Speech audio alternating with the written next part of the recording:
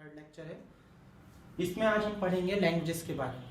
अगर आपको ये वीडियो समझ में नहीं आता तो इससे पहले मैंने फंडामेंटल्स के 2 वीडियो डाले हैं, तो उसे आप ज़रूर देखें, तो अब आपको ये वीडियो समझ में आएगा। ये पूरी C++ ओरेकल्स की सीरीज़ है क्लास 12th के बच्चों के लिए।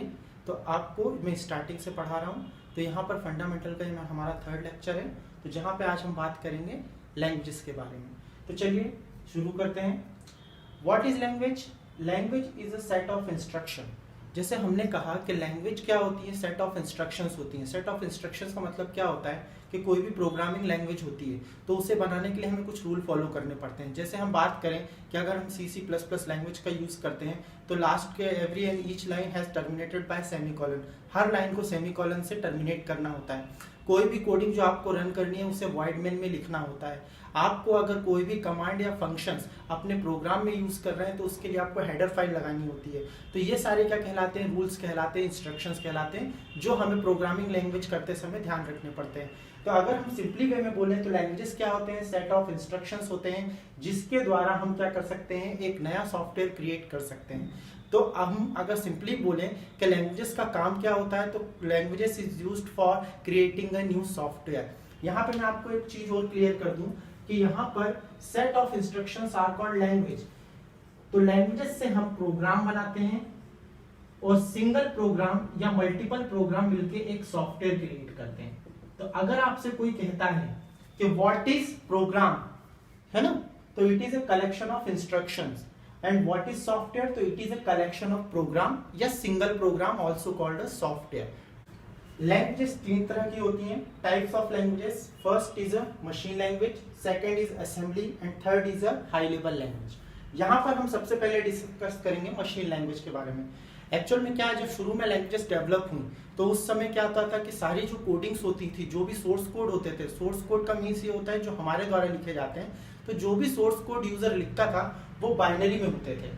और जब कंप्यूटर क्या कौन सी लैंग्वेज समझता है, वो भी बाइनरी समझता था। तो यहाँ पर हमें ट्रांसलेटर की जरूरत नहीं होती थी कि कोडिंग जो है वो भी बाइनरी में लिखी जा रही है और कंप्यूटर भी क्या समझ रहा है? बाइनरी समझ रहा है। तो यहाँ पे हमें ट्रांसलेटर की जरूरत नहीं थी। तो अगर हम सिंपली बात करें कि मशीन लैंग्वेजेस क्या होती हैं, तो मशीन लैंग्वेजेस के कोड जो होते हैं वो लिखे जाते हैं इंग्लिश।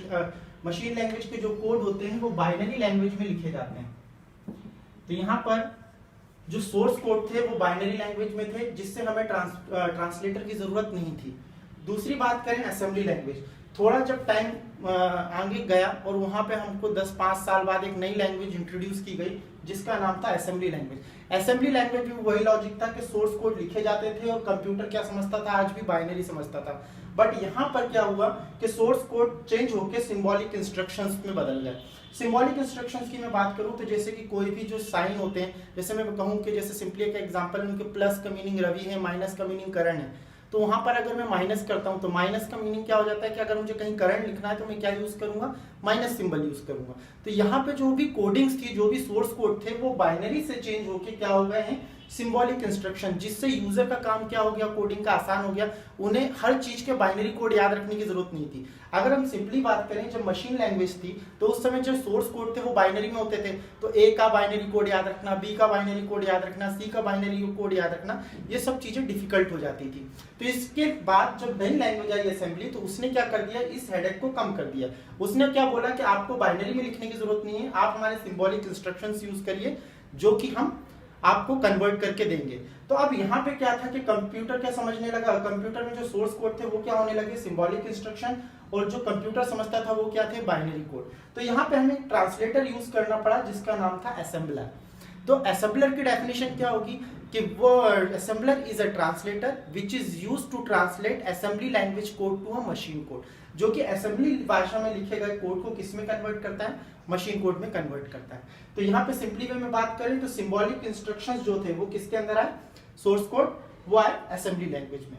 जब थर्ड लैंग्वेज आई, जो कि आज की डेट में चल रही है, जिसे हम हाई लेवल लैंग्वेजेस कहते हैं, उसमें जो सोर्स कोड थे वो इंग्लिश लैंग्वेज हो गए, मतलब यूजर फ्रेंडली लैंग्वेज। जैसे हमने देखा होगा कि C++ या जावा जो हम यूज करते हैं तो उसमें printf, scanf, system dot out dot println, ये सब क्या है? इंग्लिश वर्ड्स हैं।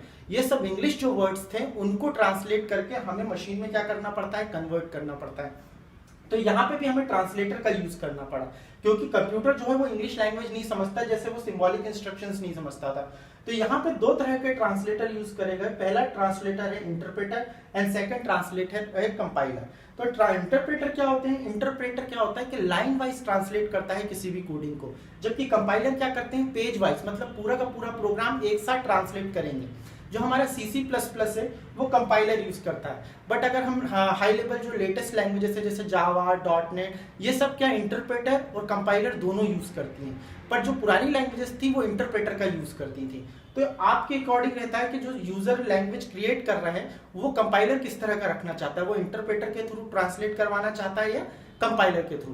तो अगर सिंपली बात करें कि इंटरप्रेटर का काम क्या होता है? लाइन वाइज कोडिंग को ट्रांसलेट करना, जबकि कंपाइलर का काम क्या होता है?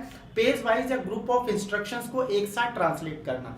इसमें अगर मैं सिंपली आपको एग्जांपल दूं, जैसे इंटरप्रेटर है, तो इंटरप्रेटर में आपने MS वर्ड देखा होगा कि जैसी स्पेलिंग गलत होती है उसी समय क्या हो जाता है? एक एरर आ जाता है हमारे सामने। तो वो एरर किस तरह से होता है? वो इंटरप्रेटर का कमाल होता है, मतलब कि एरर गलती हुई और तुरंत के तुरंत एरर आपके सामने शो हो जाएगा। तो ये सारा काम कौन करता है? इस तरह का काम वो इंटरप्रेटर के थ्रू होता है। जबकि कंपाइलर क्या करता है? आप प्रोग्राम में कितनी भी गलतियां करें वो आपको उस समय नहीं टोकेगा, वो लास्ट में आपको प्रोग्राम को ट्रांसलेट करके देगा और जितनी भी नंबर ऑफ एरर्स होगी वो आपके सामने ट्रांसलेट करके रख देगा। अब यहाँ पे बात करें तो यहाँ पे सिंपली मैं कहूँ कि हाई लेवल लैंग्वेजेस में जो सोर्स कोड थे वो इंग्लिश लैंग्वेज में लिखे गए, मतलब जो सोर्स कोड थे वो इंग्लिश लैंग्वेज में, और ट्रांसलेटर दो यूज हुए, इंटरप्रेटर और कंपाइलर। अगली चीज, अगर हम बात करें हाई लेवल लैंग्वेजेस की और डिटेल में, तो हाई लेवल लैंग्वेजेस ऐसी लैंग्वेज है जो मशीन इंडिपेंडेंट होती हैं, मतलब उसकी कोडिंग को आप किसी भी ऑपरेटिंग सिस्टम पे रन कर सकते हो। जबकि जो पुरानी लैंग्वेज आती थी वो मशीन डिपेंडेंट होती थी, मतलब जिस मशीन पे उसे बनाया, जैसे अगर आपने उसे विंडो ऑपरेटिंग सिस्टम पे बनाया तो वो केवल विंडो पे ही चलेगा, अगर आपने उसे लाइनेक्स पे बनाया तो वो केवल लाइनेक्स ऑपरेटिंग सिस्टम पे ही काम करेगा, अगर आपने मैक पे बनाया तो मैक पे ही काम करेगा। तो ये बात ऐसी होती है कि मैंने MS वर्ड का यूज करके पावर पॉइंट पे प्रेजेंटेशन बनाया और उसे मैं मैक में ओपन करने की कोशिश कर रहा था, तो वहां पर क्या हो रहा था? वो चीज ओपन नहीं हो रही थी। तो इससे क्या हुई? लोगों को दिक्कत होने लगी। तो आजकल जो हाई लेवल लैंग्वेजेस बन रही हैं तो उसका काम क्या होता है? मशीन इंडिपेंडेंट प्रोग्राम बनाना, कि आप उसे किसी भी ऑपरेटिंग सिस्टम या किसी भी मशीन पर क्या कर सको? रन कर सको, आसानी से कर सको। तो language is a set of instruction, collection of instruction are called program, and collection of program are called software. With the help of language we can create a new software. There are three types of language. First is a machine language, second is assembly, and third is a high level language. In machine language all the codes are written in binary language. जितने भी code थे वो binary में लिखे गए। There are no need to translator. Assembly language, in this language all codes of all source code are written in symbolic instructions. In high level language all code are written in English language. अगर आपको ये video समझ में नहीं आए तो आप हमारे पिछले वीडियो को देखिए ताकि आपको ये वीडियो समझ में आए। Thank you.